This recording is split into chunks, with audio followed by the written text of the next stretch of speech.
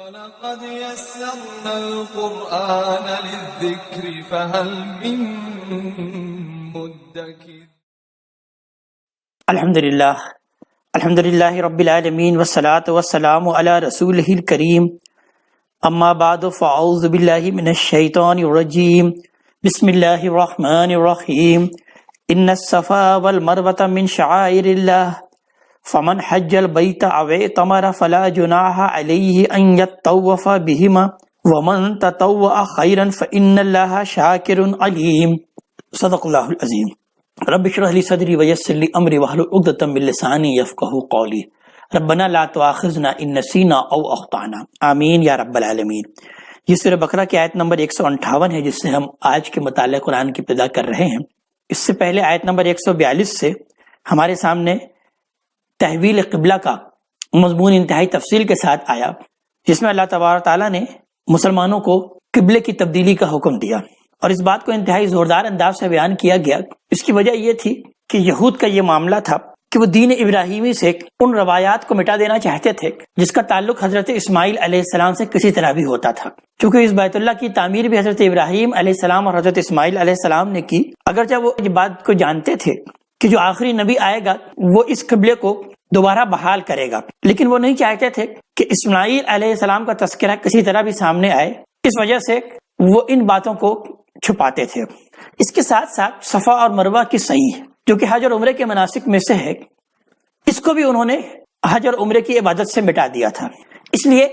کہ اس کا بھی خاص تعلق حضرت اسماعیل علیہ السلام سے ہے۔ سابقہ کتابوں کے حوالے سے ہم اس بات کو جانتے ہیں کہ مروہ کا ہی یہ وہ مقام ہے جس میں حضرت اسماعیل علیہ السلام کی وہ عظیم الشان قربانی کا واقعہ پیش آیا۔ یعنی بیان کیا جاتا ہے کہ حضرت ابراہیم علیہ السلام نے جب حضرت اسماعیل علیہ السلام کی قربانی کے لیے صفا کے مقام پر آئے تو وہاں پر انہوں نے ان کے جو ساتھی تھے ان کو وہاں پر روکا اور اپنی سواری کو بھی وہیں پر کھڑا کیا،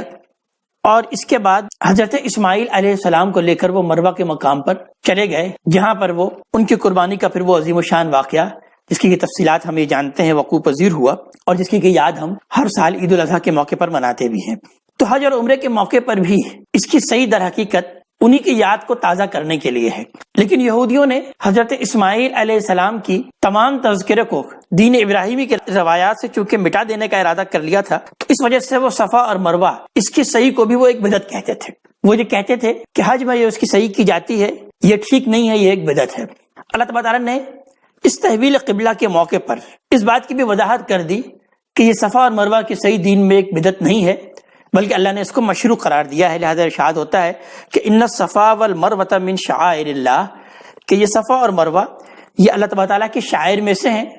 اللہ کی نشانیوں میں سے ہیں۔ شاعر شعیرہ کی جمع ہے، جس کی معنی نشانی کے ہیں۔ اسی سے لفظ شعور بھی بنا ہے کہ وہ چیز جسے دیکھ کر کچھ شعور حاصل ہو جائے، یعنی جسے دیکھ کر کچھ چیز حاصل ہو جائے، کچھ یاد تازہ ہو جائے، اسی کو اصل میں در حقیقت ہم اپنی عام زبان میں بھی نشانی کہتے ہیں۔ تو یہ صفا مروہ کی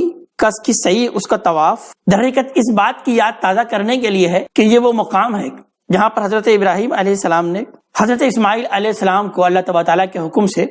قربان کرنے کی صحیح کی تھی۔ تو ان الصفا والمروۃ من شعائر اللہ، یہ صفا اور مروہ اللہ تبارک تعالیٰ کی نشانیوں میں سے ہیں۔ فمن حج البیت او اعتمر، تو جو کوئی بھی اس گھر کا قصد کرے، خانہ کعبہ کی حج کا ارادہ کرے اور یا عمرہ کرنے کا ارادہ کرے، فلا جناح علیہ ان یطوف بہما، تو اس پر کوئی حرج نہیں ہے کہ وہ ان دونوں کا یعنی صفا اور مروہ کا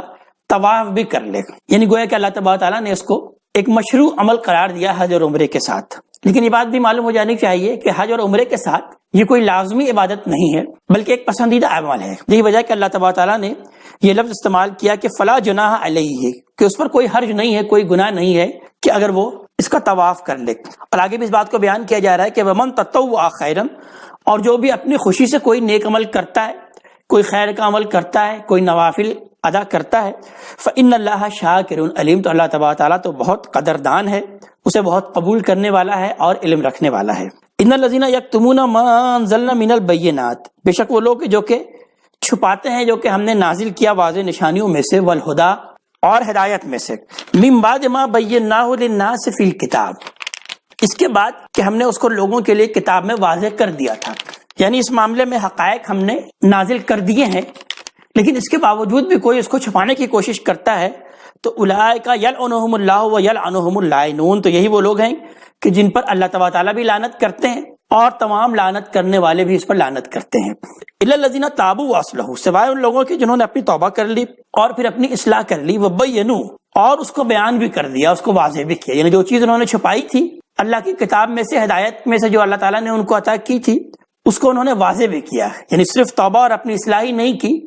بلکہ اس کی تلافی بھی کر لی۔ فاولئک اتوب علیہم، تو یہی وہ لوگ ہیں کہ جن کو کوئی میں معاف کرتا ہوں، جن کی توبہ کو میں قبول کرتا ہوں۔ وَأَنَا التَّوَّابُ الرَّحِيمُ، اور میں تو بہت توبہ کو قبول کرنے والا اور رحم کرنے والا ہوں۔ ان الذین کفروا وماتوا وهم کفار، اور اس کے برعکس وہ لوگ کہ جو کہ منکر ہوئے، انکار کیا اور مرے بھی اس حال میں کہ وہ منکری تھے، کافر تھے، انکاری پر اڑے ہوئے تھے، اولئک علیہم لعنۃ اللہ والملائکۃ والناس اجمعین، یہی وہ لوگ ہیں کہ جن پر اللہ تعالیٰ کی لعنت ہے اور فرشتوں ہے اور تمام کے تمام لوگوں کی ان پر لعنت، خالدین فیہا، وہ اسی لعنت میں ہمیشہ رہیں گے، فلا یخفف عنہم العذاب ولا هم ینظرون، اور نہ ہی ہلکا کیا جائے گا ان سے عذاب کو اور نہ ہی انہیں کسی قدر بھی کوئی مہلت دی جائے گی۔ وَإِلَٰهُكُمْ إِلَٰهٌ وَاحِدٌ، اب مسلمانوں سے خطاب کر کے بیان کیا جا رہا ہے کہ ان کی ریشہ دوانیاں اور ان کی جو دین کے معاملے میں دین کو چھپانے کا معاملہ ہے، اس کو اب تم چھوڑ دو، اور اے مسلمانوں تو تم تو بس اب ایک الہی کی بندگی کرو، ایک معبود کی بندگی کرو۔ اب یہاں سے اصل میں مسلمانوں کو خطاب کر کے ان کے لیے تزکیہ اور تطہیر کے احکامات ان کو دینے کا آغاز کیا جا رہا ہے۔ ارشاد ہوتا ہے کہ سب سے اہم بات اور تمام باتوں کی لب و لباب تو یہ ہے کہ تمہارا الہ تو بس ایک واحد الہ ہے، لا الہ الا ہو، نہیں ہے کوئی الہ سوائے اس کے، الرحمن الرحیم، وہ جو تمہارا الہ ہے وہ انتہائی رحم کرنے والا ہے، اس کی رحمت چھاٹے مارتے ہوئے سمندر کے مانند ہے، اور وہ رحیم ہے، اس کی رحمت میں تسلسل ہے اور دوام ہے۔ اس حقیقت کو پہچاننے کے لیے اگر تمہیں کوئی نشانی درکار ہے، تم اگر کوئی نشانی دیکھنا چاہتے ہو، جیسا کہ وہ نشانیوں کا مطالبہ کرتے تھے،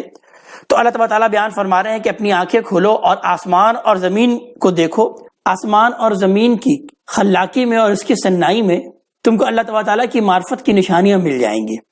لہذا ارشاد ہوتا ہے کہ ان فی خلق السماوات والارض، بے شک آسمان اور زمین کی تخلیق میں، واختلاف اللیل والنہار، اور رات اور دن کے بدلتے رہنے میں، رات اور دن کے آنے جانے میں، والفلک التی تجری فی البحر بما ینفع الناس، اور اس کشتی میں جو سمندر میں بہتی ہے ان چیزوں کے ساتھ جو لوگوں کو نفع دیتی ہے، وما انزل اللہ من السماء من ماء، اور اللہ نے جو آسمانوں سے پانی اتارا ہے، فاحیا بہ الارض بعد موتہا، اور پھر اس نے اس زمین کو زندہ کر دیا اس کی موت کے بعد، فبث فیہا من کل دابہ، اور اس میں اس نے پھیلا دیے ہر طرح کی چوپائے، وتصریف الریاح، اور ہواؤں کے اس بدلنے میں، والسحاب المسخر بین السماء والارض، اور بادل جو کہ مسخر ہیں، معلق ہیں آسمان اور زمین کے درمیان، یعنی اللہ تعالیٰ کے حکم کے تابع، اس کے حکم کی اطاعت میں وہ آسمان اور زمین کے درمیان گویا کہ معلق ہو گئے ہیں۔ لآیات لقوم یعقلون، اس میں نشانیاں ہیں لوگوں کے لیے جو کہ عقل سے کام لینا چاہیں، یعنی تم اگر اللہ تعالیٰ کی معرفت حاصل کرنا چاہتے ہو تو اپنی آنکھوں کو کھولو، کھول آنکھ، زمین دیکھ، فضا دیکھ، فلک دیکھ، مشرق سے ابھرتے ہوئے سورج کو ذرا دیکھ، تو ان چیزوں کو دیکھو تو تم کو اللہ تعالیٰ کی معرفت کی علامات مل جائیں گی، تم اللہ کو پہچان لو گے۔ لیکن زمین اور آسمانوں میں ان نشانیوں کے باوجود بھی کچھ لوگ ایسے ہیں جو کہ پھر بھی اللہ تعالیٰ کے ساتھ شرک کا معاملہ کرتے ہیں۔ اللہ تعالیٰ ان کا تذکرہ کر رہے ہیں کہ وَمِنَ النَّاسِ مَن يَتَّخِذُ مِن دُونِ اللَّهِ أَندَادًا، اور لوگوں میں سے کچھ ایسے بھی ہیں جو دوسروں کو اللہ کے برابر ٹھہراتے ہیں، يُحِبُّونَهُمْ كَحُبِّ اللَّهِ، وہ ان سے ایسی محبت کرتے ہیں، اللہ تعالیٰ کو چھوڑ کر دوسری ہستیوں سے ایسی محبت کرتے ہیں جیسے کہ اللہ تعالیٰ سے محبت کرنی چاہیے، یعنی جو اللہ سے محبت کا تقاضا ہے وہ اللہ کو چھوڑ کر ان ہستیوں سے محبت کرتے ہیں۔ والذین آمنوا اشد حبا للہ، اور وہ جو کہ ایمان والے ہیں وہ تو اللہ تبارک تعالیٰ سے ٹوٹ کر محبت کرتے ہیں۔ ولا یری الذین ظلموا، اور اگر دیکھ لیں گے وہ لوگ جنہوں نے ظلم کی روش اختیار کی، یعنی ظلم سے مراد وہی شرک ہے کہ جنہوں نے شرک کیا، اذ یرون العذاب، اور جب وہ عذاب کو دیکھیں گے تو ان القوت للہ جمیعا، تو وہ اس بات کو جان لیں گے، ان پر یہ حقیقت واضح ہو جائے گی کہ زور اور اختیار تو صرف اللہ تبارک تعالیٰ ہی کا ہے، کل کا کل۔ وان اللہ شدید العذاب، اور اللہ تبارک تعالیٰ تو عذاب میں بھی بہت سخت ہے۔ اس کے بعد پھر اگلی آیت نمبر 166 سے اس بات کا بیان کیا جا رہا ہے کہ یہ کیا وجہ ہے کہ آسمان اور زمین میں ان نشانیوں کو دیکھنے کے باوجود بھی کچھ لوگ ایسے ہیں جو کہ شرک کر بیٹھتے ہیں، اللہ کے ساتھ اس کا ند ٹھہرا بیٹھتے ہیں، اس کے ساتھ کچھ اور ہستیوں کو برابر کر لیتے ہیں۔ اس کی وجہ بیان کی جا رہی ہے ان کی اندھی تقلید کا رویہ ہے کہ یہ کچھ لوگوں کی اس طرح سے پیروی کر رہے ہوتے ہیں کہ بلا دلیل اور بلا ثبوت کے وہ ان کی ہر بات کو مان لیتے ہیں۔ پھر اگلی آیت میں اللہ تبارک تعالیٰ ایسے ہی لوگوں کا تذکرہ فرما رہے ہیں، ارشاد ہوتا ہے استبر الذین اتبعوا من الذین اتبعوا، اور جب لا تعلقی ظاہر کریں گے، تبرہ کریں گے، بیزاری ظاہر کریں گے، الذین اتبعوا، وہ جن کی پیروی کی گئی تھی، جن کو فالو کیا گیا تھا، جو ان کے لیڈر تھے، جو ان کے پیر تھے، مرشد تھے، جن کو یہ فالو کرتے تھے، وہ کیا کریں گے؟ وہ لا تعلقی کا اظہار کریں گے من الذین اتبعوا، ان لوگوں سے جو کہ ان کے فالوورز تھے، ورآؤا العذاب، جب وہ عذاب سے دوچار ہوں گے، وتقطعت بہم الاسباب، اور ان سے ان کے تمام رشتے کٹ جائیں گے، تمام تعلقات جو اس دنیا میں بڑے جڑے ہوئے تھے اس وقت کٹ جائیں گے۔ وقال الذین اتبعوا لو ان لنا کرہ، تو کہیں گے وہ لوگ جو کہ فالوورز تھے کہ کاش ہمارے لیے دوبارہ لوٹنا ہو جائے، ہمیں دوبارہ جانا ہو جائے، یعنی دنیا میں ہمیں دوبارہ لوٹ کر جانا مل جائے، فنتبرأ منہم کما تبرؤوا منا، تو ہم ان سے ایسے ہی لا تعلقی کا اظہار کریں گے جیسے آج ہم سے یہ بیزاری کا اور لا تعلقی کا اظہار کریں، جیسے آج یہ ہم سے تبرہ کر رہے ہیں، ایسے ہی ہم ان سے بھی دنیا میں لا تعلق ہو جائیں گے۔ کذالک یریہم اللہ اعمالہم حسرات علیہم، اسی طرح اللہ تبارک تعالیٰ ان کے اعمال ان کو حسرت بنا کر دکھائے گا، یہ ان کے لیے قابل حسرت ہوں گے جو بھی دنیا میں وہ اعمال کرتے رہے ہیں، لیکن وما ہم بخارجین من النار، لیکن اب وہ آگ سے نکلنے والے نہیں ہوں گے۔ انہوں نے جو اندھی تقلید کی ہے اپنے ان لیڈروں کی، ان پیروں کی جو ان کو شرک کے راستے کی طرف لے گئے، جو ان کو دین سے جنہوں نے ہٹا لیا اور بس ان کی بات کو وہ مانتے چلے گئے، تو وہ اس وقت ان سے جب لا تعلقی کا اظہار کریں گے ان کے وہ لیڈر، ان کے وہ مرشد، ان کے وہ پیر، تو پھر ان کے اعمال بھی انتہائی حسرت کے طور پر ان کے سامنے پیش ہو جائیں گے، اور وہی کہیں گے کاش ہمیں دوبارہ دنیا میں لوٹنا نصیب ہو جائے، ہم ان سے اسی طرح لا تعلقی کا اظہار کریں گے۔ لیکن اللہ تعالیٰ بیان فرما رہے ہیں کہ اب اس بات کا کوئی امکان نہیں ہے، یہ اس آگ کے عذاب سے اب نکلنے والے نہیں ہوں گے۔ لہذا بیان کیا جا رہا ہے کہ یا ایھا الناس کلوا مما فی الارض حلالا طیبا، یعنی ان کا معاملہ تو یہ تھا، یہ جو ان کے جھوٹے پیر اور مرشد جو ہوتے تھے وہ اصل میں اپنی مرضی سے دین تخلیق کرتے تھے، جیسے کہ آج کے دور میں بھی ہوتا ہے کہ ایسے لوگ اپنی مرضی سے دین تخلیق کرتے ہیں اور اپنی مرضی سے کہتے ہیں کہ یہ حلال ہے اور یہ حرام ہے۔ تو اللہ تعالیٰ بیان فرما رہے ہیں اے وہ لوگو، کھاؤ زمین میں ہر وہ شے جو کہ پاکیزہ ہے وہ تمہارے لیے حلال ہیں، یعنی انہوں نے خواہ اپنی فقہی موج شکافیوں کے ذریعے سے تمہارے لیے حلال چیزوں کو حرام کر دیا تھا، تو تم زمین کے تمام پاکیزہ چیزیں جو کہ حلال ہیں ان کو کھاؤ۔ ولا تتبعوا خطوات الشیطان، اور شیطان کے نقش پا کی پیروی مت کرو، اس کے قدم بقدم مت چلو۔ انہ لکم عدو مبین، بے شک وہ تو تمہارا کھلا دشمن ہے۔ انما یامرکم بالسوء والفحشاء، وہ تو یہی کرے گا کہ وہ تمہیں حکم دے گا برائی کا اور بے حیائی کا، وان تقولوا علی اللہ ما لا تعلمون، اور یہ کہ تم اللہ تبارک تعالیٰ پر وہ بات کہو جو کہ تم نہیں جانتے تھے۔ وَإِذَا قِيلَ لَهُمُ اتَّبِعُوا مَا أَنزَلَ اللَّهُ، اور جب ان سے کہا جاتا ہے کہ بھائی تم پیروی کرو، فالو کرو وہ جو کہ اللہ نے نازل کیا،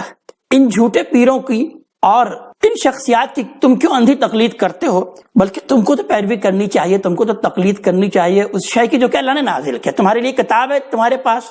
اللہ کی نازل کردہ کتاب تمہارے پاس موجود ہے، تم اصل میں اس کو فالو کرو۔ قالوا بل نتبع ما الفینا علیہ آباءنا، تو وہ یہ کہتے ہیں ہم تو پیروی کریں گے اس کی جس پر ہم نے اپنے آباء و اجداد کو کرتے ہوئے پایا۔ اولو کان آباؤہم لا یعقلون شیئا ولا یہتدون، تو خواہ اس وقت بھی کہ اگر تمہارے آباء و اجداد نہ تو کچھ سمجھ رکھتے ہوں کچھ بھی، اور نہ ہی وہ ہدایت یافتہ ہوں، یعنی اپنے آباء و اجداد کی پیروی کرنا کوئی فی نفس ہی بری شے نہیں ہے، اپنے اسلاف کی پیروی کرنا فی نفس ہی کوئی بری شے نہیں ہے، لیکن اگر وہ بے عقل بات کر رہے ہوں، بے سند اور بے دلیل بات کر رہے ہوں اور ہدایت یافتہ بھی نہ ہوں، تو بھی کیا تم انہی کی پیروی کرو گے؟ اللہ تبارک تعالیٰ اس بات کو بیان فرما رہے ہیں فَمَثَلُ الَّذِينَ كَفَرُوا كَمَثَلِ الَّذِي يَنْعِقُ بِمَا لَا يَسْمَعُ إِلَّا دُعَاءً وَنِدَاءً۔ اب ان اندھی تقلید کرنے والوں کو ایک تمثیل کے ذریعے سے اللہ تبارک تعالیٰ بیان فرما رہے ہیں کہ وہ لوگ جنہوں نے انکار کیا، یعنی اللہ تبارک تعالیٰ کی اس نازل کردہ کتاب کا انکار کیا، جب ان سے کہا جا رہا ہے کہ پیروی کرو اس کی جو کہ اللہ تعالیٰ نے نازل کیا ہے، تو وہ اس کی پیروی کرنے کے لیے تیار نہیں ہے، تو ان کی مثال ایسی ہے جیسے کوئی شخص ان چیزوں کو پکارے جو پکارنے اور چلانے کے سوا کچھ نہ سنتی ہو، یعنی یہ بھیڑ بکریوں کے گلے کی تمثیل بیان کی جا رہی ہے کہ جیسے کوئی چرواہا بھیڑ بکریوں کا گلہ لے کر چلتا ہے تو وہ بھیڑ بکریاں صرف اس چرواہے کی آواز کو تو سنتی ہیں لیکن کچھ نہیں سمجھتی کہ وہ کیا کہہ رہا ہے. تو بالکل اسی طرح جو یہ لوگ اندھی تقلید کرتے ہیں تو وہ بس کچھ عقل سے کام نہیں لیتے, کچھ نہیں سوچتے اور بس اندھے بن کر ان کی تقلید کرتے چلے جاتے ہیں. تو لہذا بیان کیا جا رہا ہے کہ سم بکم عمی فہم لا یعقلون, یہ بہرے ہیں, گونگے ہیں, اندھے ہیں, پس وہ کچھ عقل نہیں رکھتے, پس وہ کچھ سمجھ نہیں رکھتے. یعنی جس طرح یہ بھیڑ بکریوں کے کان ہیں, آنکھیں ہیں, زبان ہیں, تو بالکل اسی طرح ان کی بھی آنکھیں اور کان اور زبان تو ہیں لیکن در حقیقت یہ بہرے ہیں, گونگے ہیں اور اندھے ہیں, لہذا یہ کچھ سمجھ نہیں رکھتے. یا ایھا الذین آمنوا کلوا من طیبات ما رزقناکم, اے وہ لوگوں جو ایمان لائے ہو, کھاؤ پاکیزہ چیزوں میں سے جو کہ ہم نے تم کو رزق میں سے عطا کیا ہے. واشکروا للہ ان کنتم ایاہ تعبدون,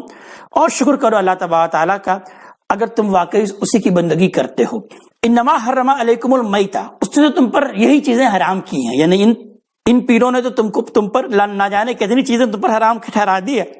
لیکن بیان کیا جا رہا ہے کہ اللہ تبارک تعالیٰ نے تم پر بس یہ چیزیں حرام کی ہیں. المیتہ وہ جو کہ مردار ہے, والدما اور خون جو کہ بہتا ہوا خون ہے وہ کھانے کے لیے حرام ہے. ولحم الخنزیر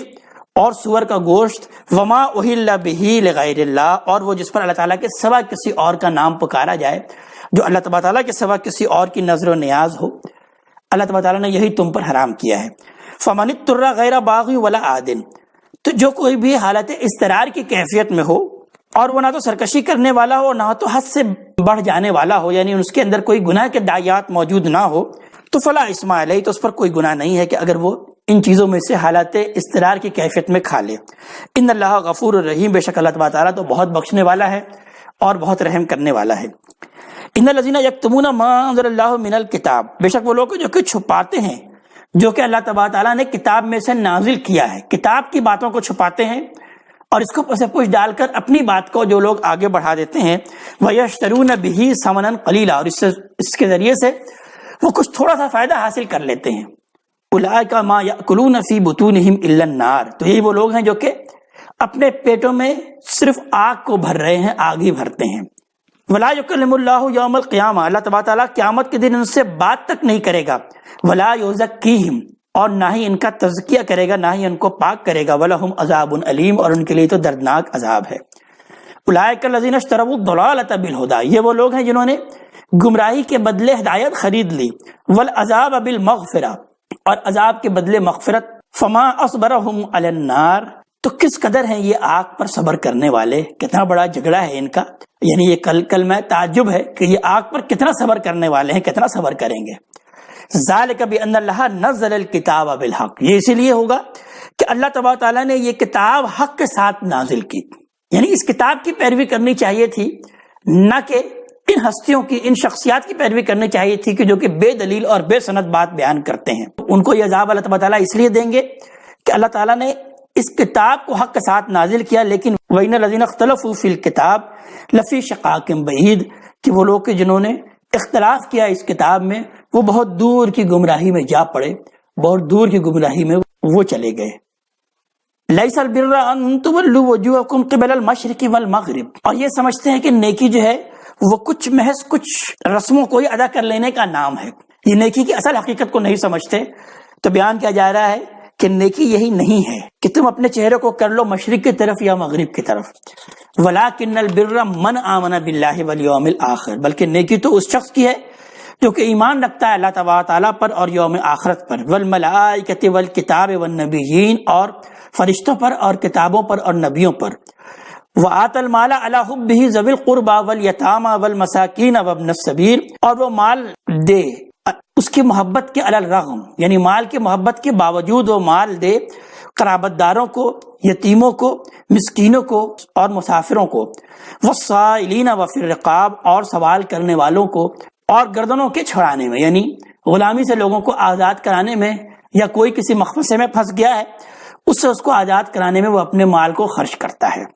وَأَقَامَ الصَّلَاةَ وَآتَى الزَّكَاةَ, اور نماز کو وہ قائم کرنے والے ہیں اور زکوٰۃ کو وہ ادا کرنے والے ہوں. وَالْمُوفُونَ بِعَهْدِهِمْ إِذَا عَاهَدُوا, اور عہد کو وہ پورا کرے جب بھی وہ کوئی وعدہ کرے. وَالصَّابِرِينَ فِي الْبَأْسَاءِ وَالضَّرَّاءِ وَحِينَ الْبَأْسِ, اور ثابت قدم رہنے والے ہوں وہ سختی میں، تکلیف میں اور جنگ کے وقت۔ اولئک الذین صدقوا واولئک هم المتقون، تو یہی وہ لوگ ہیں جو کہ سچے ہیں اور یہی وہ لوگ ہیں جو کہ واقعی پرہیزگار ہیں، متقی ہیں۔ سورہ بقرہ کی آیت نمبر 170 نیکی کی تعریف کے اعتبار سے ایک انتہائی جامع آیت ہے کہ اس میں اللہ تعالیٰ نے نیکی کو انتہائی جامعیت کے ساتھ بیان کیا کہ نیکی در حقیقت چند اعمال کا نام نہیں ہے، چند ظاہری چیزوں کا نام نہیں ہے، بلکہ وہ ایک مکمل پیکج ہے۔ سب سے پہلے تو نیکی اس شخص کی ہے کہ جو کہ ایمان رکھتا ہے اللہ تعالیٰ پر، یوم آخرت پر اور نبیوں پر۔ اس کے بعد نیکی کے عملی مظاہر کا تذکرہ کیا گیا کہ وہ سب سے پہلا اور اولین مظہر نیکی کا یہ ہے کہ وہ اپنے مال غریبوں کے لیے، مسکینوں کے لیے اور ضرورت مندوں کے لیے وہ دیتا ہے، خرچ کرتا ہے۔ اس کے بعد پھر عبادت کا تذکرہ کیا گیا کہ وہ نماز کو بھی قائم کرنے والا ہو اور زکوٰۃ کو بھی ادا کرنے والا ہو۔ پھر تیسرے نمبر پر اس کے معاملات بھی انتہائی درست ہوں کہ وہ وعدوں کو پورا کرنے والا ہو، جب بھی وہ کوئی وعدہ کرے، جب بھی کوئی عہد کرے۔ اور پھر چوتھی بات کہ وہ ثابت قدم رہنے والا ہو ہر تکلیف میں، سختی میں اور حالت جنگ میں۔ تو یہی وہ لوگ ہیں کہ جو کہ اپنے دعوی ایمان میں بھی سچے ہیں، اور یہی وہ لوگ ہیں جو کہ در حقیقت متقی ہیں۔ اللہ تبارک تعالی ہمیں اپنے کلام کا فہم عطا فرمائے اور عمل کی توفیق عطا فرمائے۔ اقول قولی ھذا واستغفر اللہ لی ولکم ولسائر المسلمین والمسلمات۔